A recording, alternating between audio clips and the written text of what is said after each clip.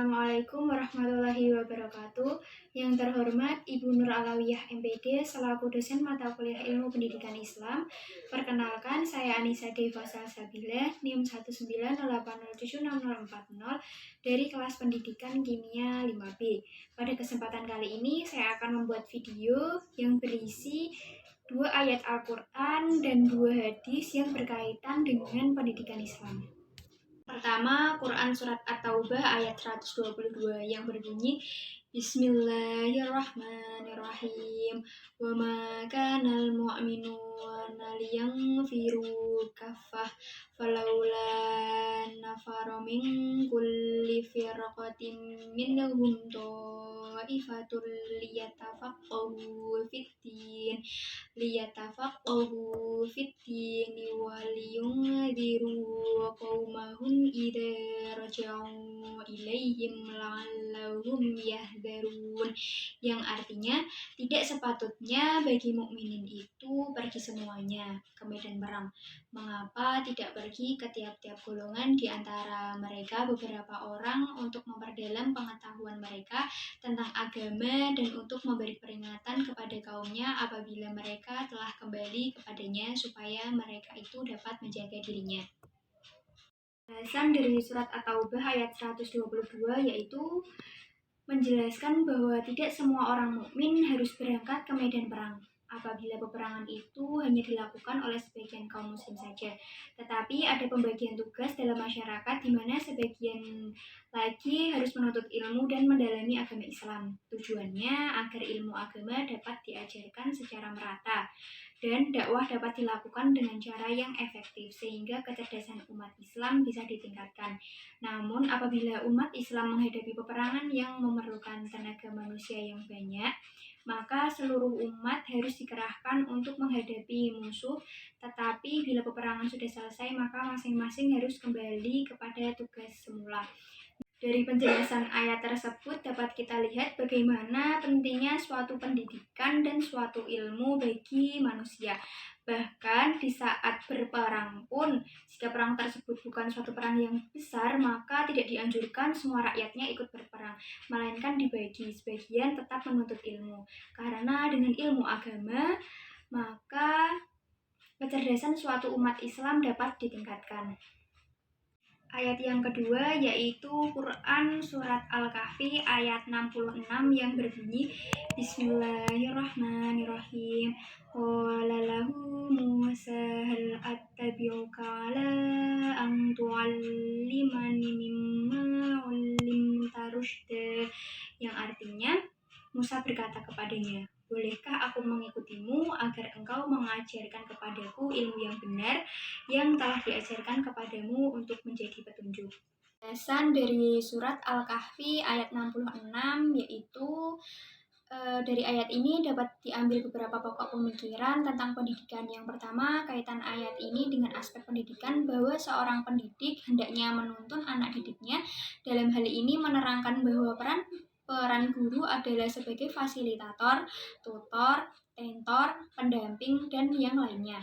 Peran tersebut dilakukan agar anak didiknya sesuai dengan yang diharapkan oleh bangsa dan negara dan agamanya. Yang kedua, memberitahu kesulitan-kesulitan yang akan dihadapi dalam menuntut ilmu. Hal ini perlu karena zaman akan selalu berubah seiring berjalannya waktu, dan kalau kita tidak mengikutinya, maka akan menjadikan anak menjadi tertinggal.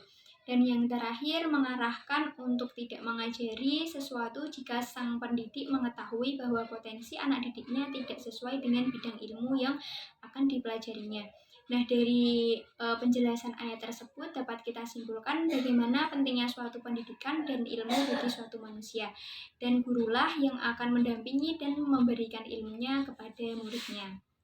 Yang ketiga, hadis menguasai ilmu pengetahuan itu sangat penting, yang berbunyi man arada dunya fa'alaihi bil ilmi wa man arada akhirah fa'alaihi bil ilmi wa man aradahuma fa'alaihi bil ilmi, yang artinya barang siapa yang hendak menginginkan dunia maka hendaklah ia menguasai ilmu, barang siapa menginginkan akhirat hendaklah ia menguasai ilmu, dan barang siapa yang menginginkan keduanya dunia dan akhirat hendaklah ia menguasai ilmu.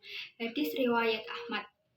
Nah, dari penjelasan hadis tersebut dapat kita lihat bagaimana pentingnya menguasai suatu ilmu pengetahuan.